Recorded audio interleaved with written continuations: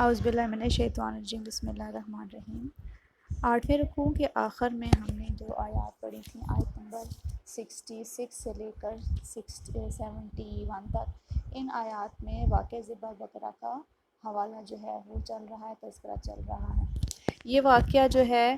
یہاں سے اسی پچھلے واقعے کا حصہ ہے جہاں پہ اللہ تعالیٰ ارشاد کریں کہ یاد کرو کہ جب تم نے ایک شخص کو ناحق قتل کر دیا تھا اور تم باہر ایک دوسرے پر الزام لگانے لگے تھے اور قتل کو چھپانے کی تم کوشش کر رہے تھے، تو اللہ تعالیٰ نے اپنی خاص قدرت سے یہ ظاہر کر دیا کہ قاتل جو ہے وہ بچ نہیں سکتا اور قتل جو ہے وہ چھپ نہیں سکتا۔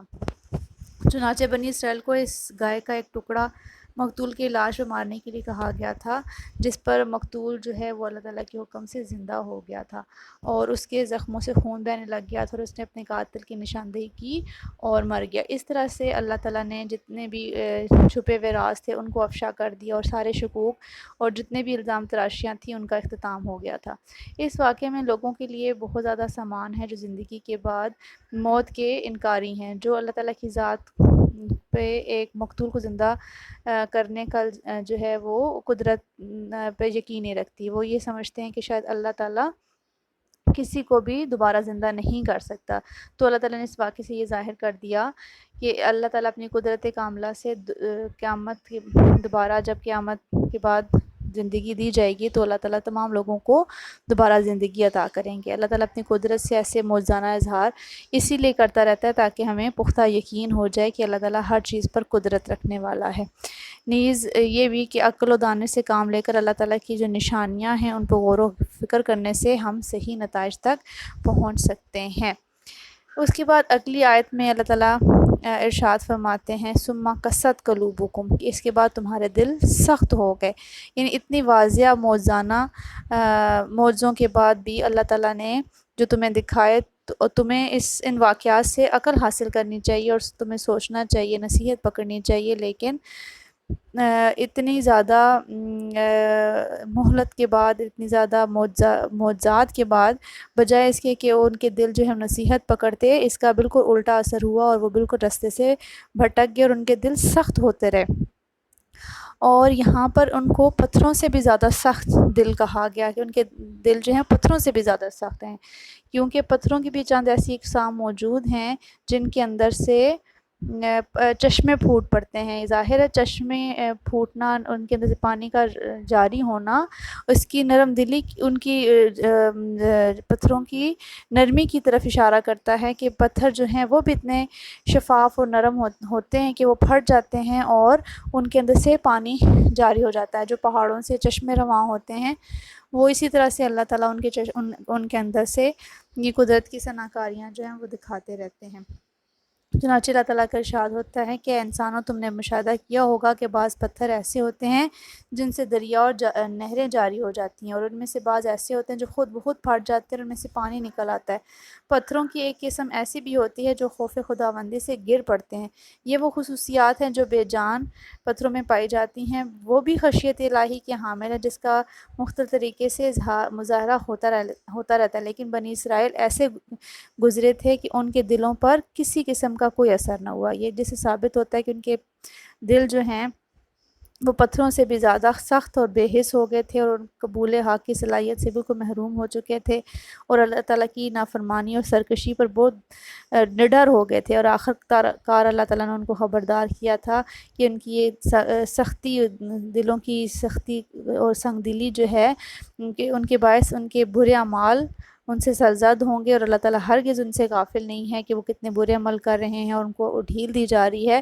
اور ان کی رسی دراز کی جا رہی ہے۔ عنقریب اللہ تعالیٰ کے عذاب سے وہ ضرور دوچار ہوں گے۔ اگلی آیت نمبر 75 میں اللہ تعالیٰ ارشاد فرماتے ہیں کہ افتطمعون ان یؤمنوا، کہ نبی کریم صلی اللہ علیہ وآلہ وسلم اور عام مسلمانوں سے اس میں خطاب ہے کہ آپ ان یہود سے یہ توقع نہ رکھیں کہ وہ ایمان لے کر آئیں گے، کیونکہ ان کا جو اندر کا خباثت ہے وہ اس حد تک پہنچ چکی ہے کہ ان سے آپ ایمان کی توقع بالکل بیکار ہے، بے سود ہے۔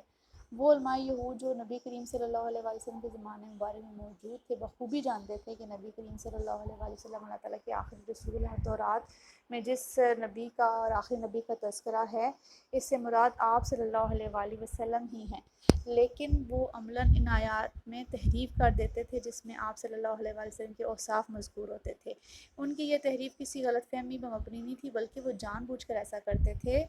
یہود نے اپنی مذہبی کتاب تورات میں لفظاً اور معناً دونوں طریقے سے تبدیلی کی تھی۔ بعض مقامات پر عبارت ہی تبدیل کر دی، مثلاً تورات میں حضور صلی اللہ علیہ وآلہ وسلم کی حلیہ مبارک میں لفظی تحریف کی۔ بعض جگہ الفاظ اور عبارت کو تو نہیں بدلا مگر کلام الہی کو جان بوجھ کر اپنے مطلب کے غلط معنی پہنائے۔ مثلاً زانی کو سنسار کرنے کا حکم تورات میں موجود تھا، اس کی حسب مرضی انہوں نے تعویل کی۔ ان حالات میں قرآن مجید اس نے یہ کہا ہے کہ یہود سے آپ کی دعوت کو قبول کرنے کی توقع رکھنا بالکل بیکار اور بے سود ہے۔ اگلی آیت نمبر 76 اور 77 میں منافقین جو تھے جو یہود کے درمیان تھے ان کو مخاطب کر کے کہا جا رہا ہے کہ وہ جب وَإِذَا لَقُوا الَّذِينَ کہ جب وہ لوگ مومنین سے ملتے ہیں تو وہ کہتے ہیں کہ ہم میں سے ہیں۔ یہود منافقین یہود میں سے جو تھے مدینہ کے اندر جو یہود رہتے تھے وہ دو طرح کے تھے، ایک تو اللہ لگان دشمنی کا اظہار کرتے تھے اور بعض منافقانہ روش پر کاربند تھے۔ جو منافقین یہود تھے جب مسلمانوں سے ملتے تھے تو کہتے تھے کہ ہم بھی مسلمان ہیں، کیونکہ تورات میں آخر الزمان نبی کریم صلی اللہ علیہ وسلم کی مذکورہ اوصاف جو آج اس میں پائی جاتی ہیں ہمیں معلوم ہے۔ لیکن جب وہ اپنے ہم مذہب یہودیوں سے ملتے تھے تو وہ انہیں ڈانٹ پلاتے اور کہتے کہ نبی کریم صلی اللہ علیہ وسلم کے متعلق تورات کے جو اندر موجود نبی کریم صلی اللہ علیہ وسلم کی پیشن گوئیاں ہیں مسلمانوں کے سامنے کیوں بیان کرتے رہتے ہو، اس طرح تم خود ان کے ہاتھوں اپنے خلاف دلیل مہیا کر رہے ہو، کیونکہ وہ خدا کے سامنے روز قیامت تمہارے ان اقراروں سے تم پر حجت قائم کریں گے کہ انہوں نے خود اقرار کیا تھا کہ آپ صلی اللہ علیہ وآلہ وسلم کے اندر جو خوبیاں موجود تھیں وہ آپ صلی اللہ علیہ وآلہ وسلم کے زمانے میں انہوں نے دیکھی ہیں، لہٰذا تم عقل سے کام لو اور اس معاملے میں احتیاط برتو۔ اللہ تعالیٰ یہود کی اس جتنی بھی کارستانیاں تھیں جتنی بھی وقوفیاں تھیں اس کا ذکر کرتے ہوئے کہا کہ اللہ تعالیٰ ان تمام چیزوں کو بخوبی جانتا ہے، جو تم ظاہر کر رہے ہو جو تم چھپا رہے ہو یہ اللہ تعالیٰ کے اوپر بالکل عیاں ہے، یعنی جو وہ جلوت میں نبی کریم صلی اللہ علیہ وسلم کی نبوت کا اقرار کرتے ہیں اس کو بھی جانتا ہے، اور خلوت میں جو وہ منصوبہ بندی کرتے ہیں اس کو بھی جانتا ہے۔ انسانوں کی نظر سے کوئی بات پوشیدہ تو ہو سکتی ہے لیکن اللہ تعالیٰ سے کوئی بات بھی پوشیدہ نہیں رہ سکتی، کیونکہ وہ غیب کا علم جاننے والا ہے، اس کے سامنے ظاہر اور باطن سب ایک جیسے ہیں، لہٰذا احمقوں کو علم ہونا چاہیے کہ اصل معاملہ جو ہے وہ اللہ تعالیٰ کے پاس ہے جو کہ جاننے والا ہے، اس کے لیے چھپانا جو ہے بالکل بے فائدہ اور بیکار ہے۔ اگلی آیت نمبر 78 اور 79 میں بنی اسرائیل کے جو عوام ہیں اور علماء ہیں ان کے باطل عقائد کا تذکرہ کیا گیا ہے، ان میں اس کا تذکرہ موجود ہے۔ بنی اسرائیل کے عوام اپنے علماء سے غلط باتیں سن لیتے اور انہیں ہی اصل دین سمجھتے تھے، خود تو وہ اہل علم نہیں تھے نہ ہی کتاب اللہ پڑھ سکتے تھے، اس لیے سنی سنائی باتوں پہ یقین کرتے تھے اور اپنے موجودہ حالت پہ اتنے خوش اور مطمئن تھے۔ ان کا یہ عقیدہ تھا کہ یہود جو ہیں ان کے علاوہ جنت میں کوئی بھی نہیں جا سکے گا کیونکہ وہ نبیوں کی اولاد ہیں، اگر ان میں سے کوئی دوزخ میں چلا بھی گیا تو پھر صرف اور صرف چند دنوں کے لیے جائے گا۔ تو قرآن مجید میں اس قسم کے جو باطل عقائد ہیں اس کی تردید کی گئی ہے اور کہا گیا ہے کہ یہ لوگوں کی محض خوش فہمیاں ہیں، وہ حسن ظن میں مبتلا ہیں۔